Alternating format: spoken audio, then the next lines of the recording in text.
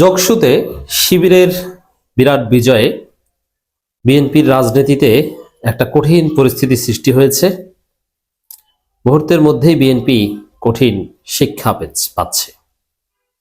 কি শিক্ষা পেয়েছে আপনাকে দেখাই। তার আগে প্রথমে বলে নিই যে স্বেচ্ছাসেবক দলের একজন কেন্দ্রীয় নেতা, একজন জুলাই যোদ্ধা, যিনি রাজপথের একজন আবশ্যিক সংগ্রামী, আমি তাকে চিনি।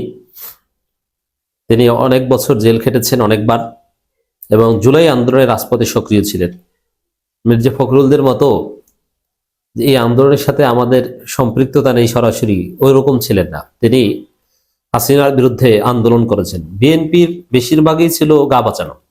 বিএনপির এমন নেতাকেও আমি চিনি যারা নমিনেশন পায়নি। আমার এলাকার বিএনপির জয়েন্ট সেক্রেটারি ছিল, কেন্দ্রীয় যুগ্ম সাধারণ সম্পাদক। বিএনপি বড় কোনো আন্দোলন ঘোষণা করলে তখন তিনি ইচ্ছা করে জেল খাটতেন। এটা তারেক রহমান জেনেছে বলে তাকে নমিনেশন দেয়নি। নইলে সাবেক এমপি, আবার প্রত্যেকবার ইলেকশন করেছেন, ভালো টকশো করেন, তিনি নমিনেশন পেলেন না। আমার বড় ভাই, এরকম আছেন অনেকে। আবার তারেক রহমান ছাত্র দলের, স্বেচ্ছাসেবক দলের, যুব দলের অনেককে তার পদ থেকে লাথি দিয়ে সরিয়ে দিতেন, কারণ ওরা আন্দোলন করতো না। আন্দোলনের সময় কি ইচ্ছে করে পুলিশের কাছে ধরা দিত। আর বড় নেতাদের একটা অংশ ছিল মির্জা আব্বাসদের মতো, যারা টাকার বিনিময়ে আন্দোলন বিক্রি করে দিত। খালেদা জিয়ার ডাকে ওরা রাজপথে নামতো না, মার্চ ফর ডেমোক্রেসিতে নামেনি। কিন্তু কিছু নেতা ছিল যারা দলের জন্য নিবেদিত প্রাণ। তাদের মধ্যে একজন স্বেচ্ছাসেবক দলের নেতা মুসাব্বির। তার আন্দোলনের সরাসরি অংশগ্রহণে, সরাসরি ভূমিকা পালন করার, আপসহীন ভূমিকা পালন করার অনেক নজির রয়েছে। সেই মুসাব্বিরকে হত্যা করা হয়েছে গুলি করে। আমরা এই ঘটনার তীব্র নিন্দা প্রতিবাদ জানাই, শোক সন্ত্রস্ত পরিবারের প্রতি সমবেদনা জানাই। আল্লাহ রাব্বুল আলামিন মুসাব্বির ভাইকে তার ভুল ত্রুটি ক্ষমা করে জান্নাতুল ফেরদাউস নসিব করুক, আমরা সেই দোয়া করছি। এবং এই অপরাধীদের যারা খুন করেছে তারা বিএনপির কোনো একটা গ্রুপ হোক আর অন্য কেউ হোক, আওয়ামী লীগ হোক, আমরা তার বিচার চাই।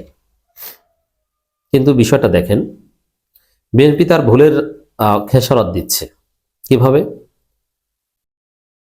স্বেচ্ছাসেবক দলের একজন কেন্দ্রীয় নেতাকে গুলি করে হত্যা করা হয়েছে।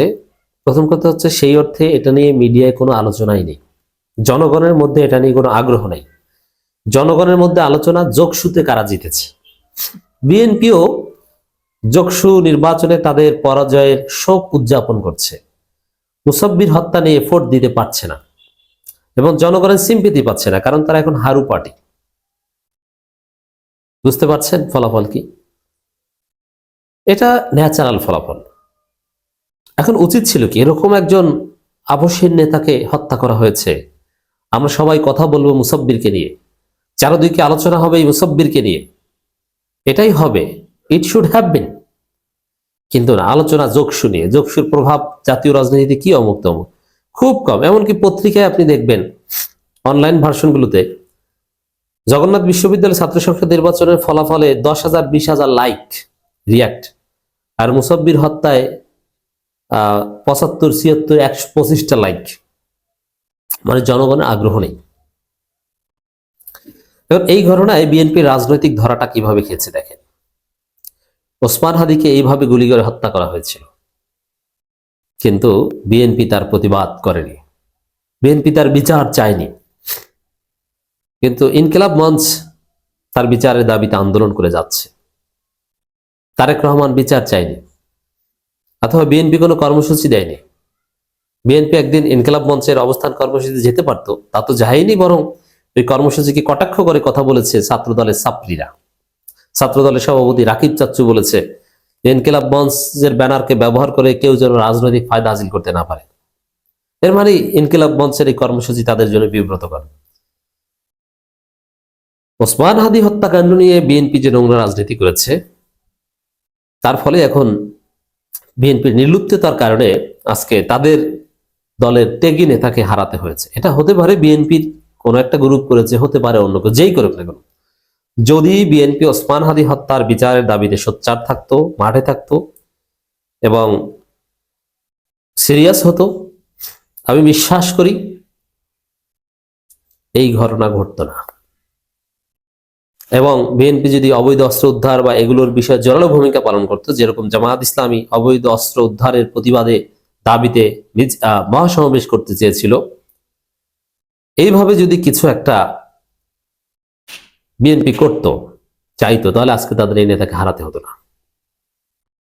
তাহলে দর্শক, এখানে ঘটনা দেখেন, ঘটনা হচ্ছে এটাই যে জগন্নাথ বিশ্ববিদ্যালয়ের যোগসু নির্বাচনে যদি বিএনপি জিততো, ছাত্র দলের কেউ জিততো, তাহলে তারা ব্যাপক হাইপ পেত ডেফিনেটলি। তখন তারাই সেই বিজয়ী ভিপিজিএসরাই এই মুসাব্বিরকে নিয়ে কথা বলতো। তখন এটা ওসমান হাদির মতো অত গুরুত্ব না পেলেও কিছুটা হলো রাজনীতিতে সারা জাগাতে পারতো, ব্যাপক আলোচনার বিষয় হতো, বিএনপি পলিটিক্যাল অ্যাডভান্টেজ পেত, বা এই নেতার জন্য কিছু একটা করতে পারতো। কিন্তু এটা কোনো আলোচনার বিষয়ই না।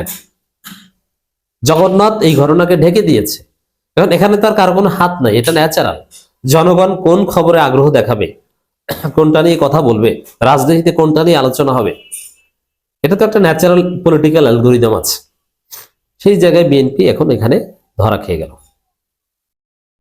এটা বিএনপির একটা শিক্ষা। সামনে আরো দেখেন, এখন তারেক রহমান মুখ দেখাতে পারছে না। আমার দেখতে মন চায় জগন্নাথ বিশ্ববিদ্যালয়ের ছাত্র সংসদ নির্বাচনের ফলাফলের পর তারেক রহমানের কোনো ছবি কিংবা ভিডিও আমি দেখি নাই। তারেক রহমানের কোনো ছবি কিংবা ভিডিও যদি আমার সামনে আসে, তাহলে তার এক্সপ্রেশনটা আমি দেখবো এবং এক্সপ্রেশনটা বিশ্লেষণ করবো কোনো একটা ভিডিওর মধ্যে, যে কেমন দেখায়, তার চেহারা কেমন। আমার মনে হয় মলিন চেহারা, হতাশ। কারণ তারেক রহমান দেশে সেই প্রথম কোনো একটা বিষয় সরাসরি ডিল করলেন এবং কোনো একটা বিষয় নিজে ডিল করলেন, একদম নিজে। জগন্নাথ বিশ্ববিদ্যালয়ের একজন ভিপি ক্যান্ডিডেটকে ফোন দিয়েছেন, বাসায় নিয়েছেন, এবং তারেক রহমান হিউজ টাকা পয়সা খরচ করেছে, অনেক টাকা খরচ করেছে, এবং পদের লোভ দেখিয়েছে, ডেকেছে, অনেক কিছুই কিন্তু এখানে করেছে তারেক রহমান নিজে। কিন্তু কোনো লাভ হয়নি, কিছুই হয়নি। তো দর্শক, রাজধানীর তেজগাঁওয়ের কাজী নজরুল ইসলাম অ্যাভিনিউ স্টার কাবাব পাশের গুলিতে দুর্বৃত্তদের গুলিতে নিহত ৭১-এর স্বেচ্ছাসেবক উত্তরের স্বেচ্ছাসেবক দলের সাবেক সাধারণ সম্পাদক মুসাব্বিরকে গুলি করে হত্যার ঘটনায় মামলা দায়ের করা হয়েছে। মামলায় অজ্ঞাত পরিচয় ব্যক্তিদের কথা উল্লেখ করা হয়েছে।